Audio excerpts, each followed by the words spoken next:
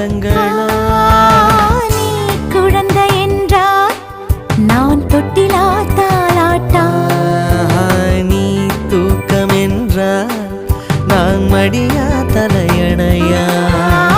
நான் இதயம் என்றால் நீ உயிரா துடி துடிப்பா